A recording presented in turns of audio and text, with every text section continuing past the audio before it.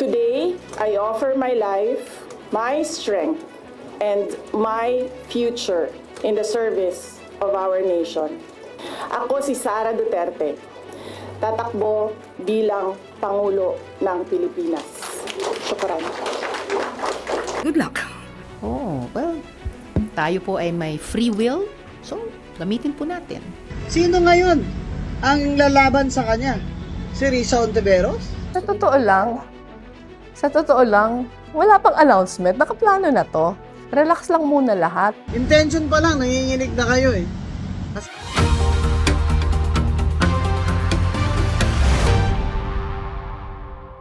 Good morning, Yusek Claire. Vice President Sara Duterte has declared her intention to run for president in the 2028 elections. What does the palace have to say about this? Good luck. Good luck. Good luck. Have you spoken to the president about this development at ano pong sabi niya? Nadinig niyo po. At sabi niya po ay good luck. Yun lamang po.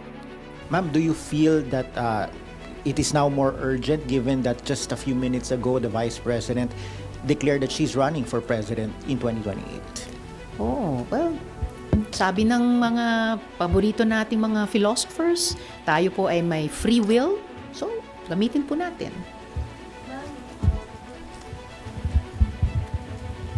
Yung announcement ni VP Sara today to run, naging malinaw na. How will this affect the timeline of the United Opposition in terms of also declaring your own standard bearer?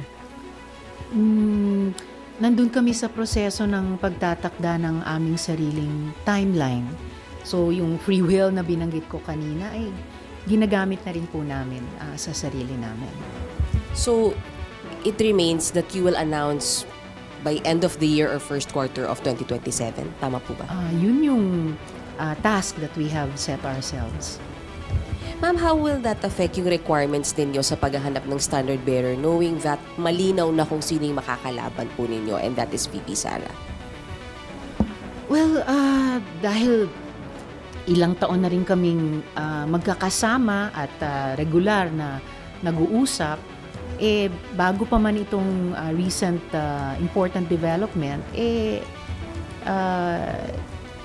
patuloy yung pag-level off namin, pagkakasundo kung ano yung aming mga requirements or qualifications na hahanapin sa aming hanay. Hindi po nagbabago yun. Qualifications are what, ma'am?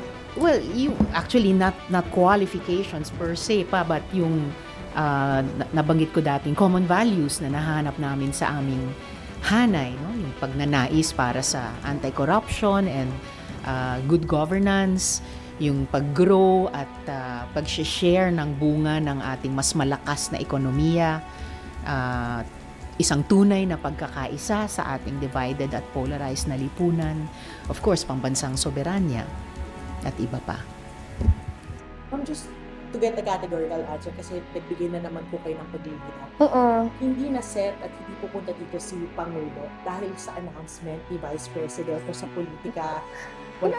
Sabi ko, wala pang announcement. Nakaplano na to. In fact, siguro ma-review naman ito sa Facebook.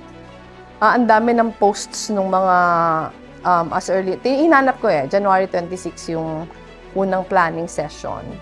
And nung Tuesday nga, nag-post ba ako ng picture ng ocular inspection namin. Yung announcement yata, kailan ba yun? Wednesday? Wednesday yung announcement. So, hindi ito politika. Saka, ang layo pa ng election. Hindi pa nga ako nag-1 year sa pwesto ko. Hindi pa umiinit yung upuan ko. Tapos politika na kaagad. Trabaho muna tayo. Sundutin ko lang, ma'am, kasi I'm sure naririnig niyo rin po kung gaano ka lakas yung clamor galing sa iba pong politiko, for example, Representative Egay Elise, sinabi niya na kayo ang strongest bet against Vice President Sara Duterte come 2028 presidential elections. Sa akin kasi, lahat naman entitled to their opinion. Pero, kung papansinin ko yung mga ganon, hindi ako makakatrabaho. Tingin ko ang laking disservice nun sa city namin. Anong kumandidato ako as mayor, in-offer ko yung sarili ko para magtrabaho. Kung kauupo ko pa lang, politika na kaagad inaasikaso ko, sana hindi na lang ako kumandidato. Pero how do you feel, ma'am, sa ganitong mga pronouncements na hindi lang po galing kay Representative Elisa, marami na rin po nagsasabi analysts na kayo po ang Sa totoo lang, sa sobrang focused ako sa mga problema ng Naga. Yung farthest from my mind, yung mga pag-uusap sa Maynila. Ang primary obligation ko, yung trabahong in-applyan ko. Malayo pa yung eleksyon. Gaya na sabi ko, 3-year term ito, hindi pa nga kami nakaka 1 year. At ang dami pa naming problemang kailangang ayusin. Tingin ko yung primary obligation ko ngayon para sa bansa, ipakita ko what is possible dito sa amin. Kasi kung hindi ko yan mapakita, di ba? Kung hindi ko nga maayos dito sa amin, paano pa yung buong bansa? So sa akin, relax lang muna lahat. Magtrabaho muna. Kasi ang layo-layo pa ng eleksyon. Pero may mga tumatawag, kumakiusap pa po kasi. Sa akin, focus ako sa trabaho ko ngayon. Wala akong puwang sa politika. In fact, halos lahat na invitation sa akin outside Naga, nagre-regrets kami kasi mauubos yung oras ko. Ang tinatanggap ko lang ngayon na invitation sa outside Naga kung konektado sa Naga. Yung mga tinatanggap namin na invitations, partners na meron mga programs dito sa Naga, yung mga national events na kasali yung Naga. Outside of that, hindi kami tumatanggap ng invitations. So, kung sakali lang po bukas pumunta dito si Presidente, wala pa naman siyang sinasabi, no? Pero kung sakali na mag-bring up ng tungkol sa politics, ano po yung magiging? Ako sigurado hindi siya mag-bring up ng politics kasi alam ko na trabaho yung sadya niya dito. Ka-idea po yung mga ibang politicians from the national na pumunta dito regardless of kung kaninong party are you?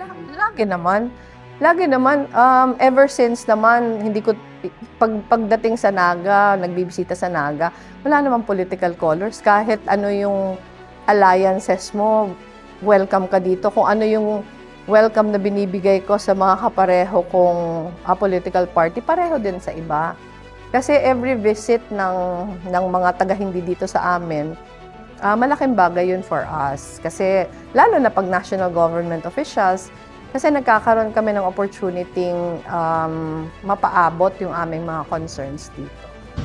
Oh, now that VP Sara has declared her intention to run for president, sino ngayon ang lalaban sa kanya? Si Risa Ontiveros? Si Martin Romualdez? Magpa-survey mo na kayo bago kayo magdesisyon dyan ng kakahiyan nyo. Look at the survey, latest survey of Publicos Asia. Marcos, trust rating, 13%. Sara Duterte, trust rating, 34%. Approval rating times 2 kay BBM. Yung kandidato ni BBM will inherit his survey rating.